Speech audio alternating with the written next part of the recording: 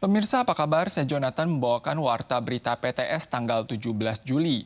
Sincu melaporkan kasus PMA kehilangan kontak yang melukai polisi kemarin. Petugas kepolisian kota New Taipei menuju Kabupaten Sincu untuk menangkap seorang PMA buronan asal Vietnam. Selama proses, PMA ini mengira dirinya telah dikhianati oleh teman sekampung halaman. Ia menyerang dan melukai seorang polisi di bagian leher dengan sebilah pisau, kemudian mengambil kesempatan untuk melarikan diri. Polisi mengejarnya semalaman dan menangkap PMA bermarga Teng di sebuah rumah warga pada pukul 2 lewat dini hari. Sejumlah polisi melakukan penggeledahan dan mengepung dengan mobil. Setelah beberapa jam, jejak tersangka masih saja belum ditemukan. Rupanya, PMA buronan bersembunyi di dalam bak air di lantai atas selama 4 jam.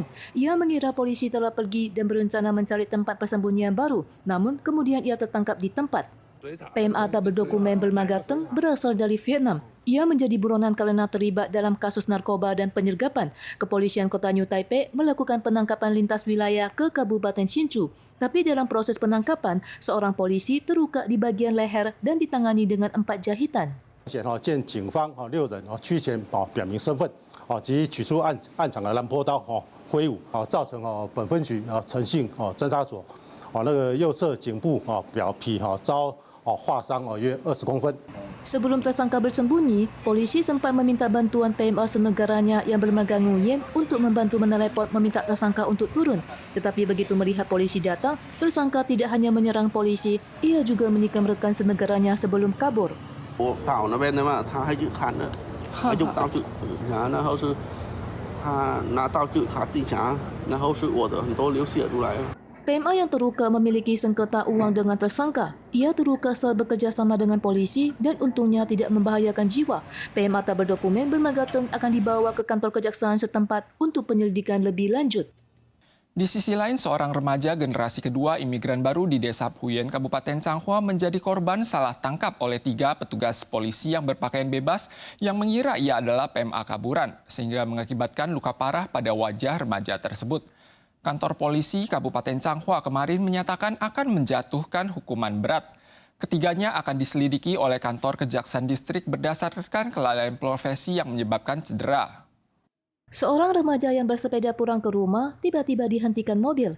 3 pria yang turun dari mobil ingin menangkapnya sehingga remaja yang melarikan diri tidak sengaja menabrak traktor sawah dan cedera. Setelah menahan remaja dengan wajah berlumuran darah ke lantai, ketiga pria tersebut baru menunjukkan kartu identitas polisi. Namun ketiga polisi ini telah salah tangkap orang.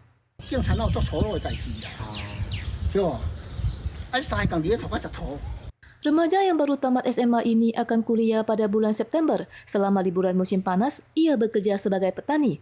Berhubung ibunya adalah orang Vietnam, wajah berdarah campuran ditambah polisi tidak menunjukkan identitas membuat remaja tersebut mengira ia akan diculik dan lari. Polisi yang salah tangkap orang dan mengakibatkan remaja mendapat 17 jahitan di wajah menimbulkan protes di masyarakat. Setelah 2 hari penyelidikan, kantor polisi Kabupaten Changhua mengumumkan hukuman terbaru pada tanggal 16. 2名员警各以申诫处分，分赏监督不周，申诫处分。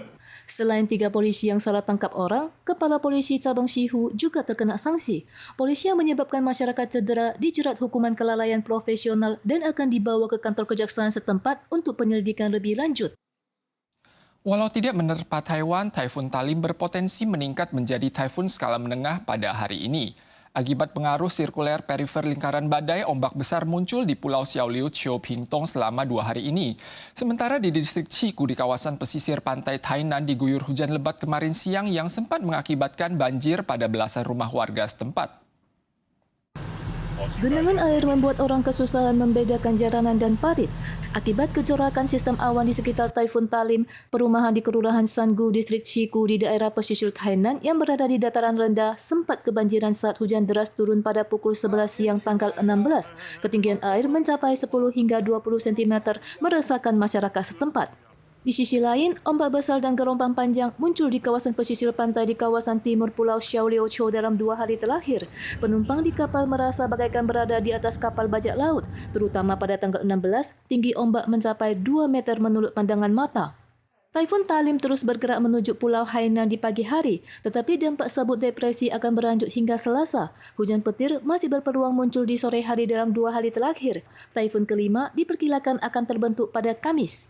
在南海到菲律宾东方海面还是属于一个低压区，那这两个低压区呢，其实呢都是相当适合热带系统发展的，所以说呢，我们未来也不排除在南海到菲律宾东方海面的这一带呢，逐渐也会有其他的热带系统形成。 Kendati pun hujan lokal berpeluang turun di sore hari, Biro Cuaca Pusat atau CWB masih mengeluarkan peringatan suhu tinggi untuk wilayah Taichung ke selatan pada tanggal 17. Suhu tinggi sebagian area bahkan mencapai 36 derajat Celcius. Warga diimbau untuk mengurangi keluar dari rumah dan melakukan upaya pencegahan cedera panas.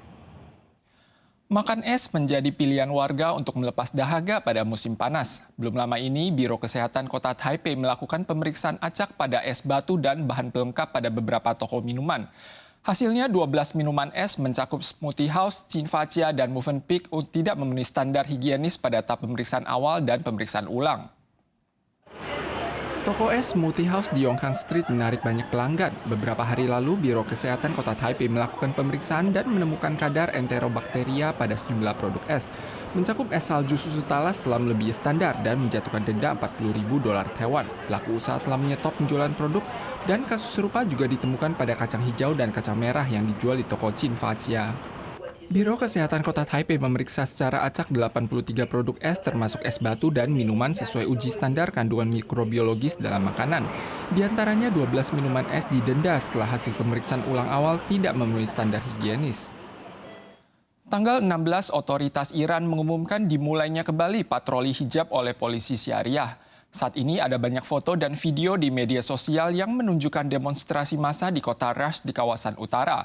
Beberapa media melaporkan mendengar suara tembakan. Polisi menggunakan gas air mata untuk membekuk warga, namun hingga kini belum ada konfirmasi terkait hal tersebut. Media pemerintah Iran melaporkan bahwa polisi syariah memulai kembali patroli hijab untuk memastikan agar wanita mematuhi aturan berhijab dan berbusana di tempat umum. Ini juga merupakan aksi demonstrasi nasional yang mengakibatkan ditangguhkannya operasi patroli di jalan setelah kematian seorang wanita berusia 22 pada September tahun lalu.